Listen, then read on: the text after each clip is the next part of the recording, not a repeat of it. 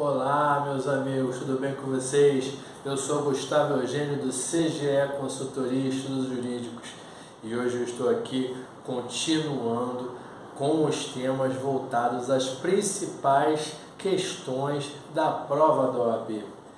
Mas antes de mais nada, pessoal, eu peço que vocês acionem o sino de notificações, peço que vocês dêem um like e compartilhem esse vídeo para que outras pessoas também tenham acesso a esse conteúdo de forma gratuita. Meus amigos, eu tenho total certeza que um dos temas mais comuns da Justiça do Trabalho no dia a dia da prática forense e questão certa em prova da OAB da primeira fase e muito da segunda fase são esses dois vídeos que eu vou falar aqui com você hoje. Primeiro eu vou falar sobre grupo econômico, vou falar sobre responsabilidade solidária e depois em outro vídeo eu vou falar sobre responsabilidade subsidiária. Mas no vídeo de hoje, pessoal, eu quero falar com vocês sobre responsabilidade solidária. Por que esse tema é comum? Pessoal, o examinador da banca, ele sempre quer saber se você está preparado para ser um advogado trabalhista. Quer saber se você conhece os institutos. E esse instituto aqui, responsabilidade solidária, é muito comum, pessoal, muito comum. Quando que ocorre a responsabilidade solidária, pessoal? Você já conhece o termo grupo econômico. O que é o grupo econômico, meus amigos? Ocorre o grupo econômico quando existem algumas empresas que não necessariamente com os mesmos sócios, mas eles podem até ter os mesmos sócios, mas ter objetos distintos. Na realidade, o grupo econômico ele se caracteriza quando há a mesma direção, quando há entre essas empresas comunhão de interesses, quando essas empresas do mesmo grupo seguem para o mesmo lugar com o mesmo objetivo. Existem alguns exemplos que eu posso dar aqui para vocês, pessoal. Eu sempre dou o exemplo do Grupo Globo. O Grupo Globo, meus amigos, ele tem o Jornal o Globo, a Rede Globo, o Sport TV. Se você parar para ver, pessoal, o Galvão Bueno, ele narra jogos da seleção brasileira na Rede Globo. Ele tem um programa na Sport TV que é do Grupo Globo. E o que acontece? São empresas diferentes, com CNPJ diferentes, mas na realidade possuem os mesmos donos e têm o mesmo objeto social, o mesmo objetivo, que é a comunicação. Por isso que eu falei que não necessariamente por ter os mesmos sócios seria necessariamente um grupo econômico. Digamos que às vezes acontece de algumas empresas terem os mesmos sócios, mas o objeto social delas, o objeto jurídico delas ser distinto.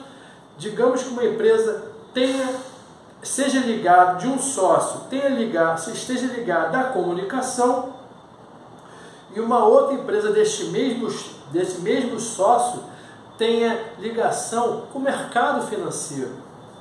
Então, pode ser, por serem objetos sociais distintos, não necessariamente tem o mesmo objetivo. Então, existe grande possibilidade do juiz não caracterizar isso como grupo econômico. Agora, nas empresas do Grupo Globo, há uma nítida identidade de objetivos ali. Então, a partir desse momento, você pode caracterizar o grupo econômico. E é isso que acontece com várias empresas, meus amigos. Várias empresas, às vezes, de prestação de serviço. Você trabalha com algumas empresas de prestação de serviço que são do mesmo sócio e têm o mesmo objeto social. Então, a partir do momento que o reclamante ele ajuiza uma reclamação trabalhista, vou dar um exemplo aqui sem citar nomes.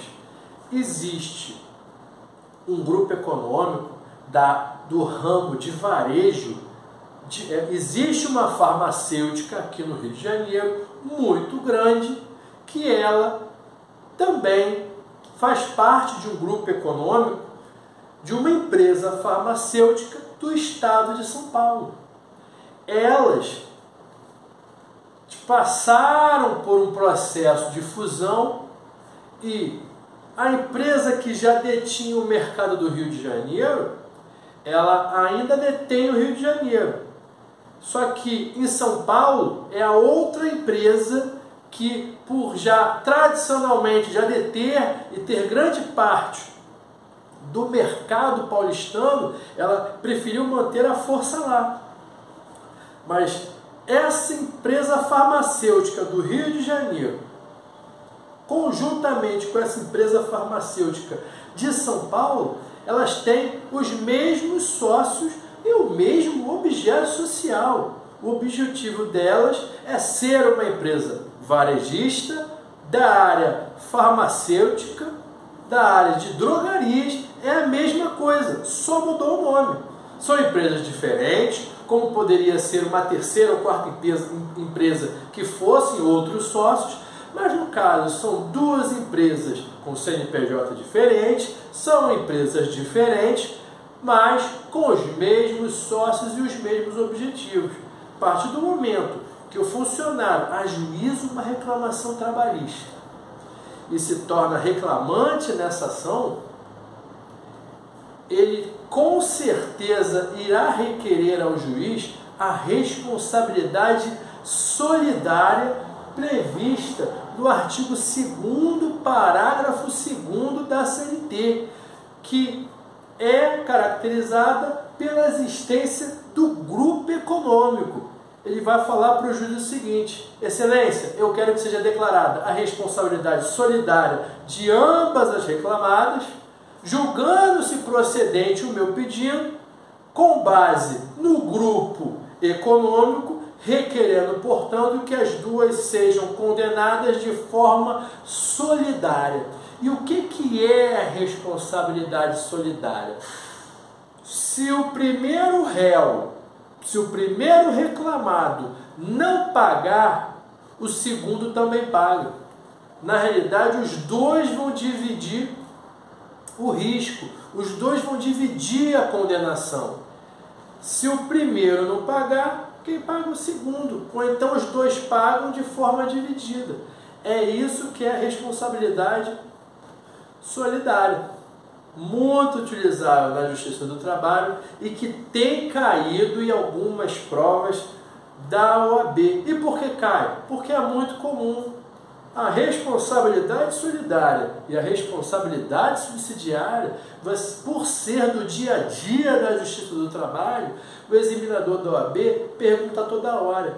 E isso é uma questão fácil de cair em primeira fase e também muito comum de cair na prova da segunda fase da OAB. Você sabendo da responsabilidade solidária e da responsabilidade subsidiária, você sempre estará atento a uma possibilidade de questão para que você não perca ponto. Até porque não é um tema tão complexo assim. É só você separar o que é responsabilidade solidária e responsabilidade subsidiária.